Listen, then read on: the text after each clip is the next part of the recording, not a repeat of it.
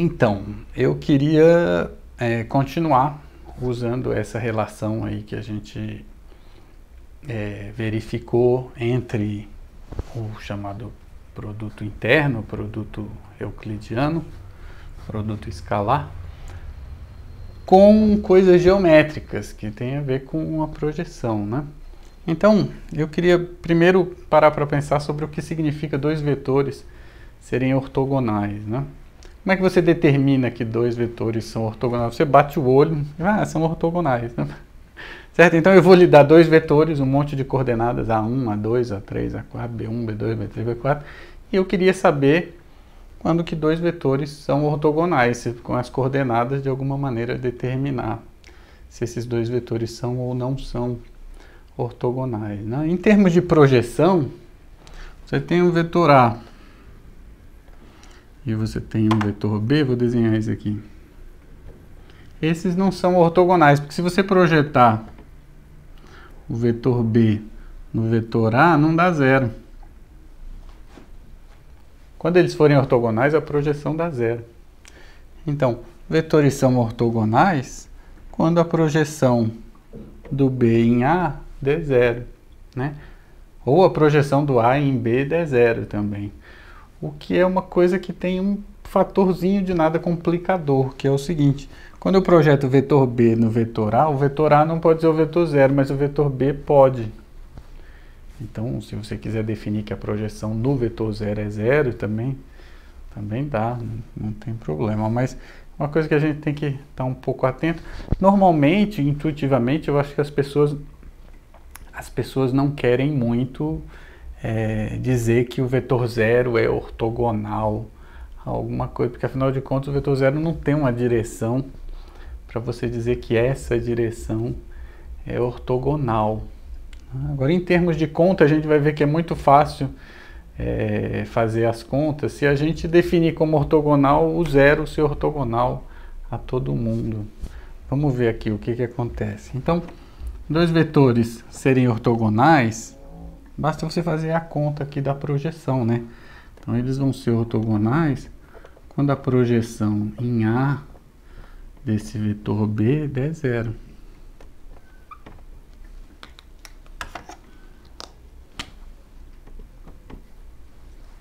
Eles são ortogonais, deu zero. Você calcula a projeção, deu zero, é ortogonal, né?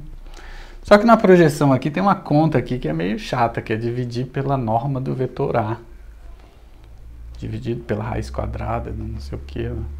Mas esse número aqui não é zero nunca. Não? Quer dizer, é zero quando a norma de A é zero, mas você não vai dividir por zero. O que acontece é que para você saber que essa conta aqui deu zero, basta você olhar esse carinha aqui, né? Quando aqui em cima for zero, vai ser a projeção dá zero. Caso contrário, a projeção não dá zero. Então, a gente, ao invés de usar essa coisa de projeção e tal, a gente vai usar um critério muito mais simples, que a conta é muito mais simples, que é o produto interno. Então, os vetores A e B vão ser ortogonais quando A, produto interno com B, der zero. O único cuidado que você tem que tomar depois é ver se você realmente quer considerar o vetor zero como sendo ortogonal, assim, você vê aí o que você quer fazer. Formalmente, a gente diz que dois vetores são ortogonais em Rn quando o produto interno entre eles der zero. Ponto final, acabou. O que você tem que ver é se o problema que você está resolvendo, você aceita o zero como solução. Eu vou dar um exemplo daqui a pouquinho sobre isso. Mas então esse é o nosso critério para dizer que um vetor é zero. Calcula o produto interno. Deu zero, é zero, não é ortogonal. Deu zero, eles são ortogonais. Certo? Moleza, né? Bom, a gente pode usar isso para sair determinando aí quando é que dois vetores são ortogonais, mas deixa eu dar um exemplo muito rápido que eu acho uma coisa bacana. A gente está lá, por exemplo, em R2,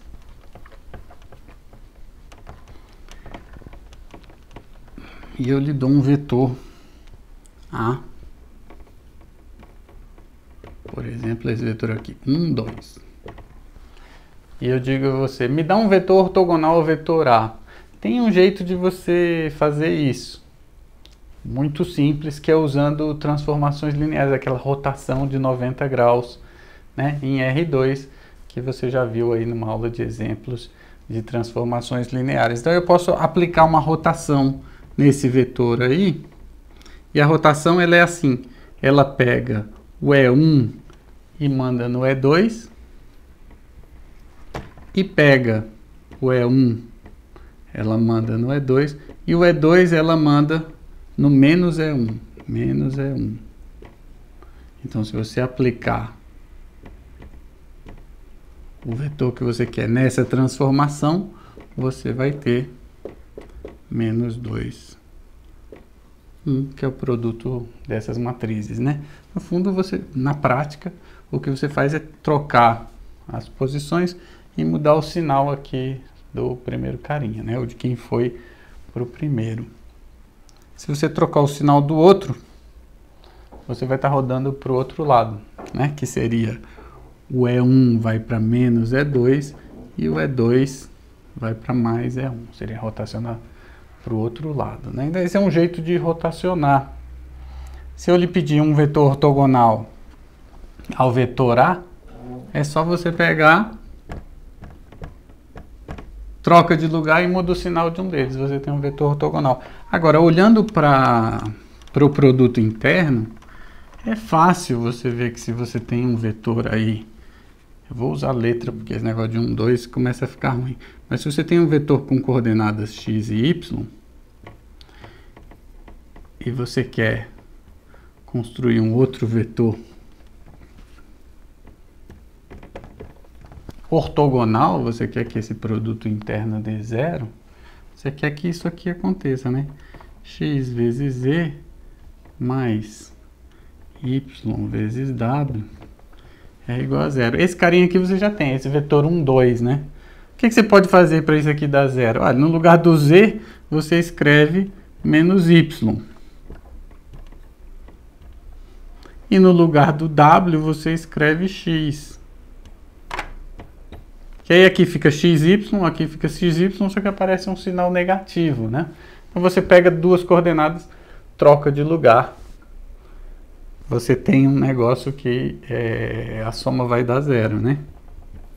Certo? Aqui fica xy e aqui fica yx e um deles vai ter o sinal negativo, ou seja, você vai fazer assim. Em vez de dizer w, você põe menos yx. Esse é um jeito simples de construir um vetor ortogonal. Pega, troca as coordenadas e muda o sinal, que é rotacionar 90 graus, né? Agora, se você tiver um vetor em R3, pega esse vetor aqui, ó,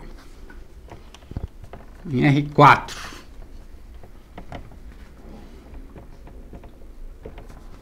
Me dá um vetor ortogonal a esse carinha aqui. Quando alguém, sem cuidado, lhe pergunta, me dá um vetor ortogonal a esse, você fala o zero.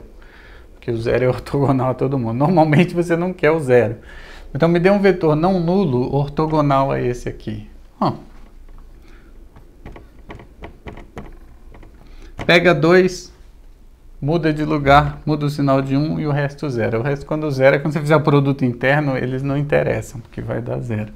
E esses dois aqui vão estar com o sinal trocado e a ordem trocada. Então, quando você multiplicar, vai ficar 1 vezes 2, aqui vai ficar 2 vezes 1, só que aqui com sinal negativo. Quando você somar, dá zero. E o resto dá zero. Então, você podia estar com um vetor em R20, e eu pedi para você um vetor ortogonal a esse, que não seja o vetor nulo. Você pode zerar um monte de coordenada, deixar duas, troca essas duas, muda o sinal, você construir um vetor ortogonal àquele vetor lá que você queria. Sei lá, serve para nada.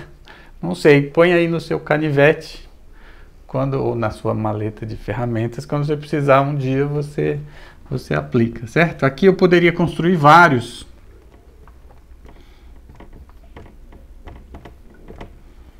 Um outro seria esse aqui.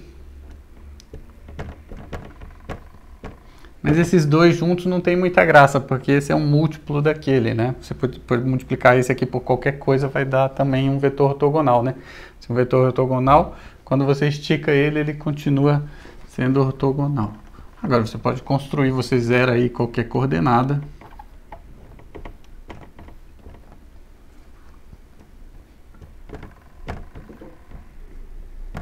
E você constrói um monte de vetores que são ortogonais a esse A.